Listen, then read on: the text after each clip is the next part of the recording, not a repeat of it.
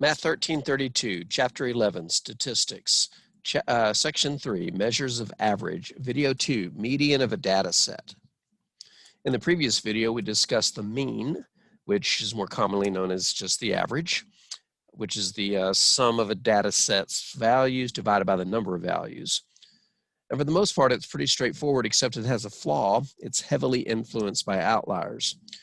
Without referring to the previous video, imagine you have a room full of people and you calculate their average salary. Oh, and then Bill Gates walks in, and then you recalculate the average salary. The average salary just went up really high, but did anybody else in the room get richer? No. Bill Gates would be considered an outlier when it comes to salary of the average American, or we'll say net worth. And as a consequence, using his net worth and an average of people's net worths can give a misleading representation. What's the median? Well, let's start with S equals a set of values, x1, x2, x3, all the way through xn, be a set of ranked numerical data. Now, this is different than mean. Ranked meaning that they are in order from least to greatest. So you have to put them in order. The median of S is the middle value in this ranked set. Median is middle, like a median's the middle of the road. There's one problem with finding the median is that sometimes there's not just a single number in the middle. And whether or not there's a single number in the middle is determined by whether or not there's an even number of values or an odd number of values in the data set, excuse me. If n is odd, and remember in this context, n is representing the total number of elements in our data set. But if n is odd, there will be precisely one value in the middle of the data set. And just so you know, that value is in the n+1/2 position. So for example, let's say that a data set has 9 numbers. Let's say a data set has 9 numbers. Then n+1/2 would be 9+1/2. But 9 plus 1 is 10, and 10 divided by 2 is 5. That means that the median would be in the 5th position. You would count 1, 2, 3, 4, 5. That's if there's an odd number of values. Now, you really don't need to know this formula, but this formula does tell you where to locate the median. You could also inspect and say there it is in the middle. But if n is even, then there will be 2 values in the middle of the data set, as opposed to 1 value in the middle. They will be in the n/2 and n/2 plus 1 positions, but that's not really as important as just being able to find them. In such a case, if there's 2 values in the middle, the median is defined as the mean of these 2 values, half of their sum. In other words, if there's 2 numbers in the middle, then the median is their average. The role of the median is to find a value such that about half the data set is less than the median and about half of the data set is greater than the median. In other words, if you imagine a bunch of numbers in a line and one of them says I'm the median, that means that about half the numbers are greater than him on one side and the other half are less than him on the other side. And I say about because you're excluding the median in that comparison.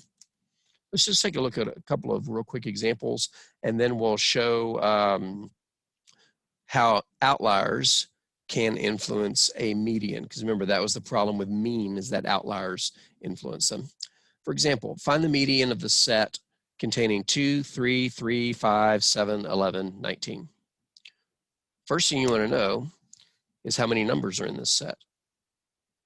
Well, that's easy, just count them.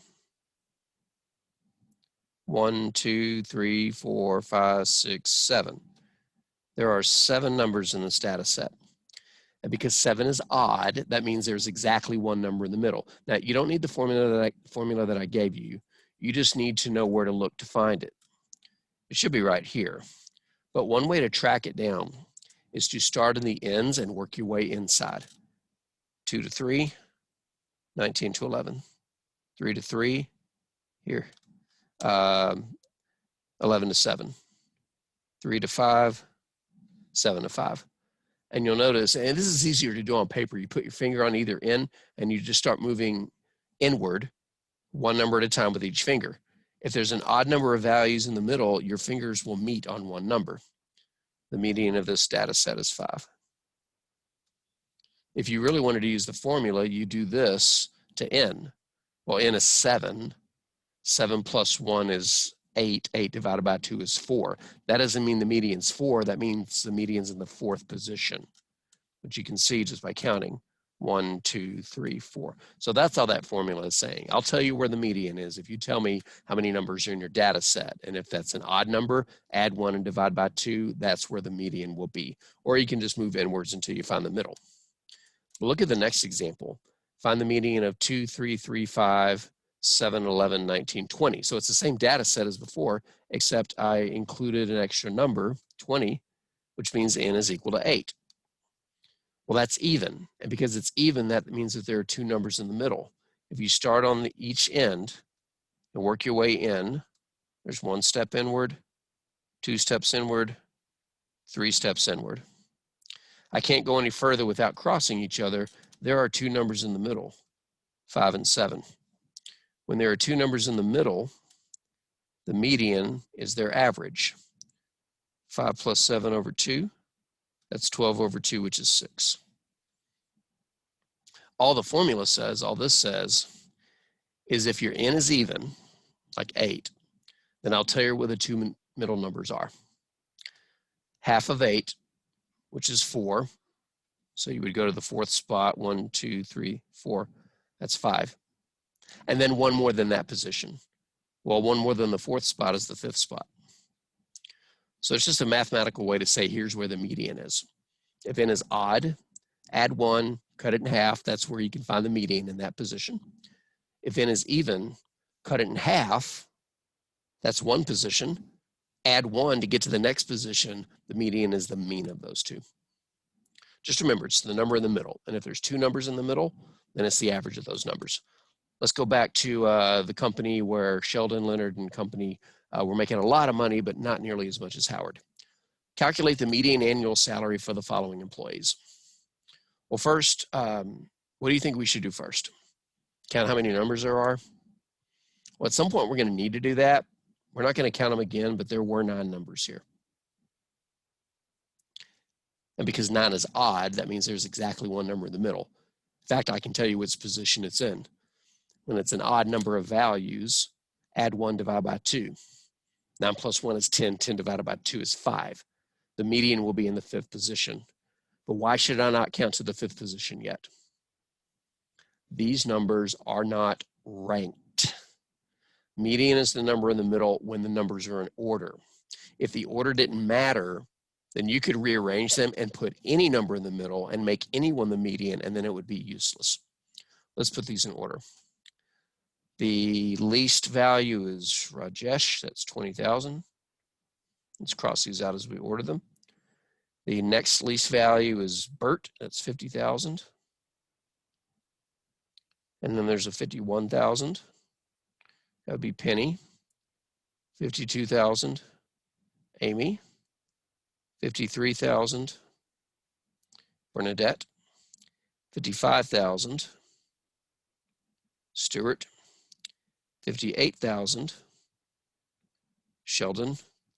65,000, Leonard. And then Howard with his almost $1 million salary.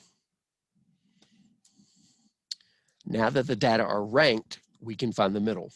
Again, we can either find it by using this formula, which I'm about to circle in green, when there's an odd number of values. N is odd. The formula says add 1, divide by 2, and that tells us the position to look in. Look in the 5th position. 1, 2, 3, 4, 5, there it is. 53,000.